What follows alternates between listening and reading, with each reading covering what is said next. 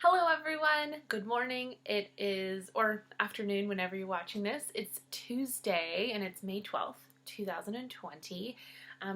We're back. Tuesday, thanks for coming back. Thanks for press and play.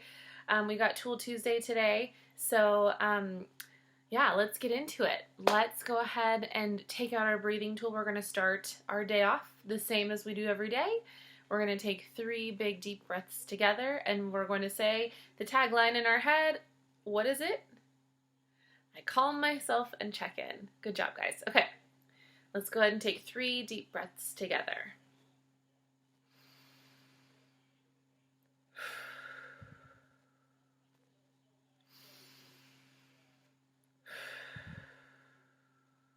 Last one.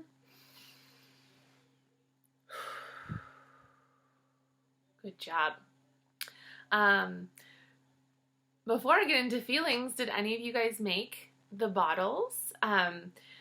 You may not have been able to because maybe you didn't have the materials to do it with me yesterday, but I will report we have been obsessed with our glitter jars, the mindfulness jars that we made yesterday. So I hope that you guys get a chance to make something or something similar to it, and I hope that you guys find as much joy as my family has in the last 24 hours. Anyways, feelings today. I've got a couple. It's, again, just kind of drizzly and like overcasty and cooler again today. So it's,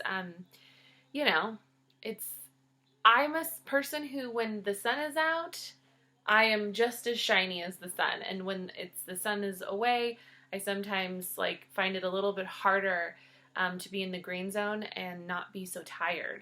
So actually, I am feeling this sky right now. I'm feeling pretty sleepy, and not because I didn't sleep enough. I slept plenty, but the gray, cloudy weather just kind of brings me down a little bit. Does that happen to anybody out there? Shoot me a Mewtwo if that happens to you. But you guys, on the flip side, I am still having this feeling, the good old happy. Yeah, I'm still feeling happy today, but probably just don't have as much energy, and that's okay. I don't need to have all the energy in the world every day. How are you feeling? I want to know. Let's take this time to turn and talk to our family members if you're watching this with them, or take out our handy journals and let's write how we're feeling today and why. And if you want to, please open up an email to me and send it to me. I love when you guys share with me your feelings. So go ahead and press pause and do that now. All right, good job. So I know probably a couple of you have noticed I've got a couple of my Kimochi friends behind me, which might be a little confusing because today is Tuesday, it's Tool Tuesday. But they are actually 2 really great friends to help explain our tool today. So I've got my handy dandy toolbox. I'm really excited to put this new tool in your guys' toolbox because we all need a little help with this one.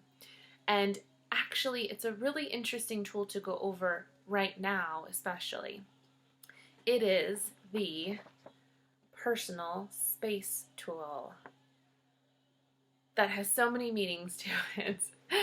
If you know what personal space is, I wish I was in a class with you. I would say, who knows what it means to have personal space? And so many of you would raise your hands and you would say, Miss Jen, having personal space is that bubble that surrounds you, that inside that bubble is where you feel comfortable. And when people come inside that bubble, they're invading your personal space. And I would say, great job. Perfect explanation. Your personal space is literally the space around you where you feel comfortable and you don't really want people to, as I said, invade it, come inside that space. The tagline for personal space tool is, I have a right, let me see if I can point, I have a right to my space, and so do you. We all have a right to our own personal space.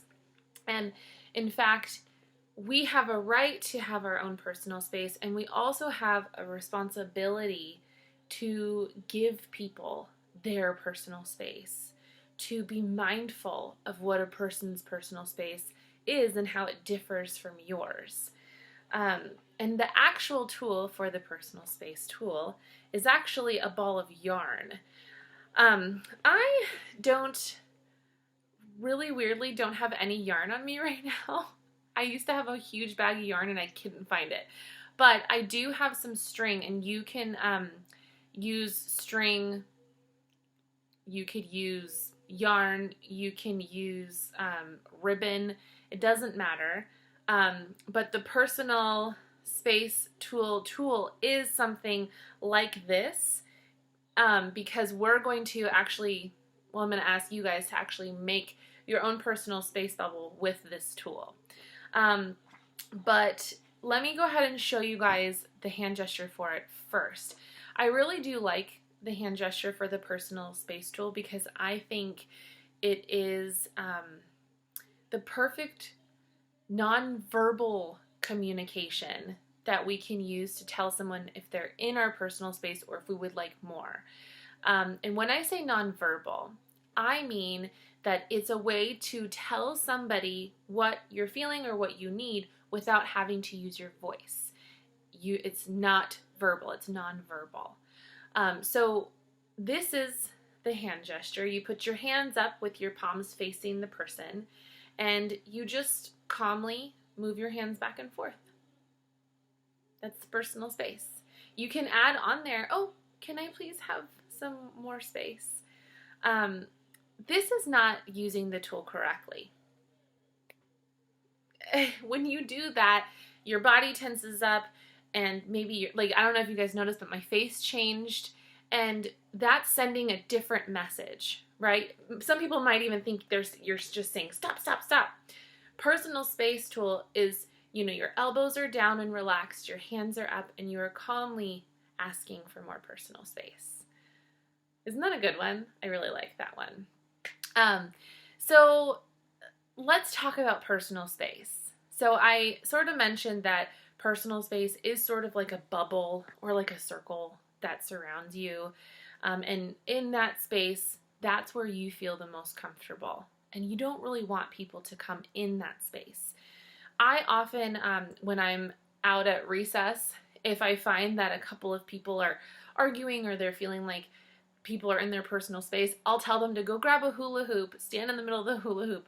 That's your personal space. That's your personal space. Do not invade each other's personal space. It's a good way to kind of visualize it. I also sometimes ask students to just kind of, with your hands, make a bubble. Maybe like, how big is your personal space bubble? Does it go out really far? Are you somebody who doesn't need a lot of personal space? So is it a little bit smaller? But this is why the tool is actually yarn or thread or string, is because what they want you to do to use this tool is they want you to take the string, and this is something that you guys can do alone with your family members, however you guys want to. I would actually love if you guys did this with your family members, because then you can compare your personal space bubble with other people's and see how different it is. But you want to take the yarn and the string and, I don't know, cut like 6 or 8 feet, whatever you need, and take the string, make a circle on the ground, like a little bubble, and then stand inside of it and like kind of just reflect, like, is this how much space I need? And either make it bigger or make it smaller. Where is the boundary of where you would want people to stop? What is too close for you? When I say this, it can be somewhat confusing, because I think that depending on the situation, your personal space bubble is going to be different. Your specific personal space is going to be bigger and smaller depending on what you're doing and who you're with, right? So if you're at school, maybe your personal space bubble is average. Like, you're with friends, you're with classmates who you know pretty well, you're with your teacher who you love, and you feel comfortable. And so it's okay if your table partner is sitting next to you and like your shoulders are close. You feel fine with that. You're still in your personal comfort zone. But then maybe if you're at a grocery store and you're around a lot of people that you don't know, your bubble gets a little bit bigger and you don't really want them to get too close to you. When you're at home, your personal space bubble might be non-existent, and you might be one of those people that is constantly hugging your siblings or your mom or your dad. You might be one of those people that loves to wrestle, and you just feel fine no matter how close you are to the people that you're around. So obviously, it's going to differ depending on your situation. On top of that, right now, what we're living in with the pandemic, personal space is totally different. My personal space bubble before everything went down was so much smaller than it is today. I am definitely a hugdopus. I am the type of person who I love everyone. I often say that if I were an animal, I would be a Labrador Retriever, because I see people and I get excited and I just want to hug them and I just want to get to know them, and I don't really worry about getting close to people. But now it's totally different. I still love people and I still want to get to know everyone and be around them, but the space between myself and people is completely different. I'm not thinking that that's going to be forever with me, but my current situation, I recognize that my personal space bubble is much bigger now. On the flip side, like I mentioned, I have a responsibility to allow people to have their personal space as well.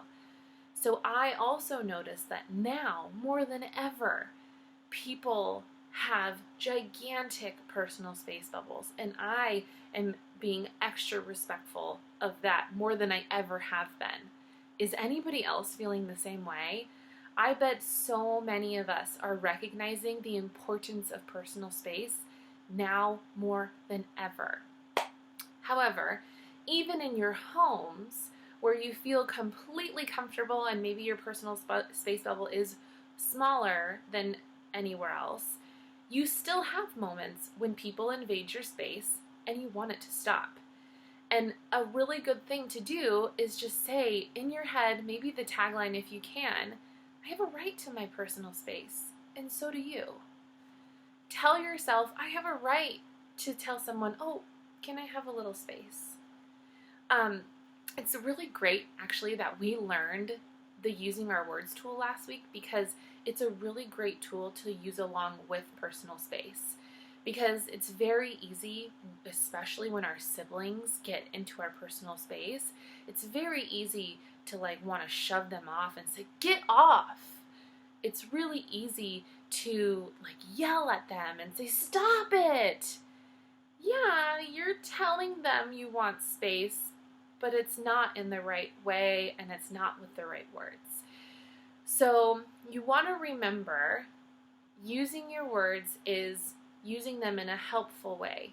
So maybe you can even brainstorm, or with your family you guys can brainstorm, what are some helpful ways to say, I would like some space. Is it, oh hey, could you scooch over a little bit? Oh hey, would you mind if I just had a little space? Oh, I'm still waking up. I would love a little more space just for right now. Or, I'm not saying I don't want you to sit next to me, but can I just have a little space? I know I've been really guilty of this. My son Rory is like a magnet on me, and he just wants to sit on top of me. And last week when it was so hot, I was constantly saying to him bro, scooch over. And it wasn't in the right way. It wasn't using my words very well, but also I wasn't using my personal space tool the right way. And so I am personally going to work on using my hands and my body language in a kinder way to ask for personal space. I'm also going to continue recognizing how the people around me need their space, and I'm going to respect that. But I just want to mention one more thing about the tool, just to show the difference between people's personal space and their needs. I do have my two Kimochi friends here. So I have Bug, and if you guys remember Bug, I don't think I've read his book to you guys yet, but most of you have met Bug by now. He is our beautiful introverted friend. We love him. But he is that friend who probably won't show up to your birthday party because it's going to be too loud and he's really sensitive to that. He is that friend that, you invite him for a play date all the time and he's really timid and is just not really sure. He's that friend that's really afraid to try new things because he doesn't want to get hurt. He's just afraid. He's an anxious guy.